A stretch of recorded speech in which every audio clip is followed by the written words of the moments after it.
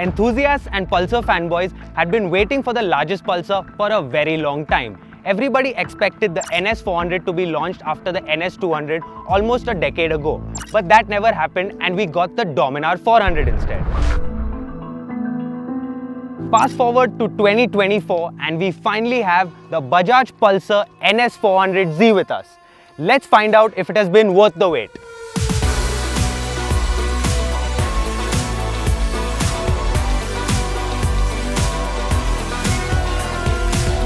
So first up, what's shared with the Dominar 400? Well, the engine, the chassis and the radiator. Well, what's similar to the Pulsar NS200? Overall, the bodywork has the same silhouette, but there is some stuff setting the motorcycles apart. So you now get this LED projector headlamps with these Z-shaped DRLs. Coming onto the rear, you get these tank extensions, larger shrouds and a belly pan. Also mirrors from the Dominar 400. Overall, this gives the NS400Z a character of its own. But from a lot of angles, it will remind you of the NS125 and the NS160 and the NS200 as well.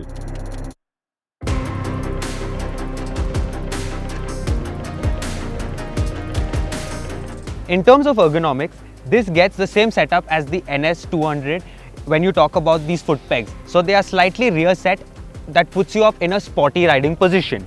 Then if we talk about the seat height, it stands at 805 mm, making it 2 mm lower than the seat on the NS200. So this seat height is accessible to most riders. I'm 5'7" and I'm pretty comfortable astride this motorcycle.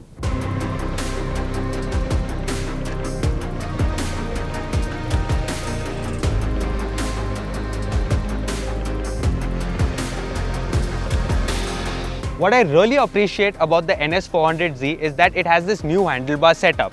So this is a wide upright handlebar unit compared to the clip-on handlebars that we used to have on the NS200. This has made it a really upright riding position, which is much better in the city and out on the highway as well.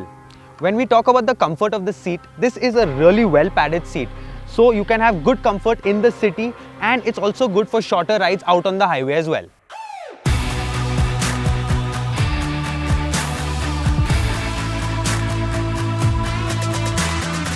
The NS400 gets the same engine as the Dominar. Now this motor puts out around 40 horsepower and 35 Nm of peak torque.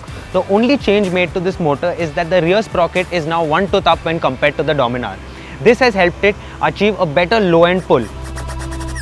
In our acceleration test, we found out that the NS400Z is 4 seconds quicker than the NS200. As you cross the 6,500 RPM mark, there are a few vibes which are felt prominently on the handlebar and they only get harsher as you rush to the red line. Unfortunately, the NS series is not as refined as the N series Pulsars. In terms of tractability, this motor is tractable enough to do 40 km per hour in third gear, making it quite usable in the city. Out on the highway, you can cruise easily at 100 kmph and the bike in 6th gear is just under the 5,500 RPM mark. You can also cruise at 120 kmph, but there's a very slight buzz at the handlebars and the pegs at that speed.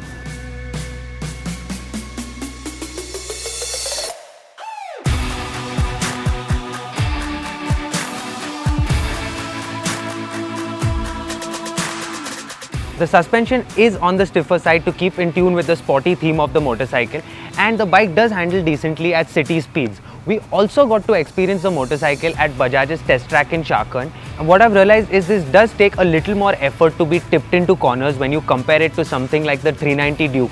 Also, when you're really pushing this motorcycle hard, the front end does tend to feel a little twitchy. This is mostly because of the fact that the front does not get a radial tire. This right here gets a 320 mm disc brake, making it the largest disc brake we've ever seen on a Pulsar. In terms of performance, all that is required is a little bit of effort on the front lever and then it comes to a halt at an instant.